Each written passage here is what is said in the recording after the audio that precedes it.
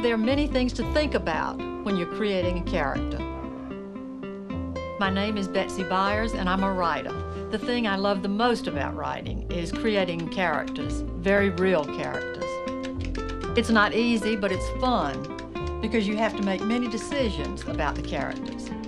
You can decide where they come from, how they look, how they talk, how they dress, what their families are like, where they go to school, and so on. These things will determine how they act in a situation, and even the kinds of situations that are likely to happen to them. But characters aren't the only thing that make up a good story. So for me, I like to begin with something that really happened, and it's always something with dramatic possibilities. For example, when we were living in West Virginia, I saw a fox in the woods one day. It wasn't a black fox, but it was a stunning moment for me, and that experience led to the book, The Midnight Fox. I think everyone has those moments. You see something or you hear something, and it starts you thinking. For example, I have a friend who had a small swimming pool, and she told me once that kids were slipping over and swimming in her pool at night. And she was very worried because she was afraid there might be an accident. And as soon as she said that, I thought, well, that's my next book, The Night Swimmers.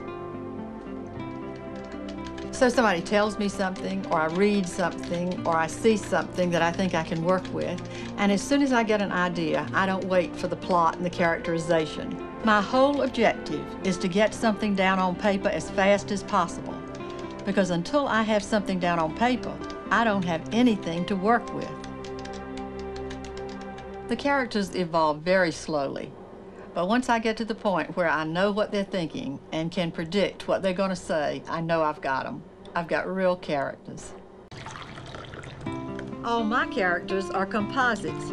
They're people I know, people I see on the streets. They're kids I meet, my family, my husband Ed, my children, my grandchildren. So it's just a mixture of things like that. I think there are certain things that I do well as a writer, and certain things I don't. I know the best secret about myself in the world, Junior said. That's good. One of my weaknesses is description, so I put in as little description as possible. In fact, I don't describe most of my characters. I let them describe themselves and what they do and what they think and what they say. On the other hand, dialogue comes easily for me. I love to write dialogue. Junior, Junior, Junior, he said. Why did you say Junior, Junior, Junior? It just came out. I don't like people to say my name but once, Junior, like that. I don't like people to say my name but one time, Junior, like that. Well, the book is never set until the very end, and even then it's not always set. I used to get very excited about the ending. I couldn't wait. I would go ahead and write the ending, and then when I would finally get there, it wouldn't fit. I'd have to throw it out and write something else. A teacher once told me, in a good novel, the main character is different at the end than he or she is at the beginning. This made instant sense to me. If the story is strong enough, and if what happens is powerful enough, then the character will naturally be changed by the course of the story. In The Midnight Fox, Tom is a very fearful boy at the beginning of the book. His parents have him make a list of his fears in order to help him overcome them. And it turns out that he has 38 individual fears, fears of high places, fear of dogs. And by the end of the book, by coming down the tree in the storm to save the fox, he has overcome at least one of his fears, and he is on his way to becoming a different character. My process of writing is simple. I write on the word processor, and then I print it, and I take what I've written and go sit somewhere else, like the living room or the kitchen or the porch, and I edit it by hand. Then I go back to the word processor and I put in the changes. My whole philosophy of writing is to make everything look as simple as possible. I want my writing to look as if I haven't worked on it at all. So that's what I'm striving for always, simplicity.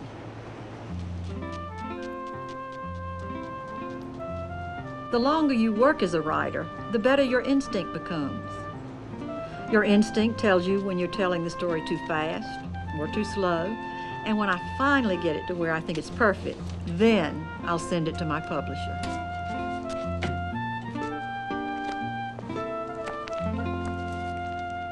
Characters are the most important thing to me. I put them before plot, I put them before setting. I always start with the story, but it is the characters who open up the story and who make it happen. The more I write, the more involved I become with my characters, incredibly involved. In fact, in each of my books, I usually am one of the characters, and it's not always the main character. In the Blossom family books, I was Junior. He's about 6 or 7 when the book opens, and a very vulnerable character. In one point, Junior bursts into tears, and I, sitting at the word processor, burst into tears with him. Of course, the most important thing is that my readers identify strongly with my characters, too. I did a book called The Pinballs, which is about 3 kids who arrive at the same foster home one summer, and readers seem to identify quickly and easily with the pinballs. The theme of the book is that we can all have an effect on our own lives. My readers seem to find it most interesting when the characters are independent, making their own decisions. So I usually try to create an environment where the main characters are on their own, without their parents. There's really a lot more to a character than meets the eye.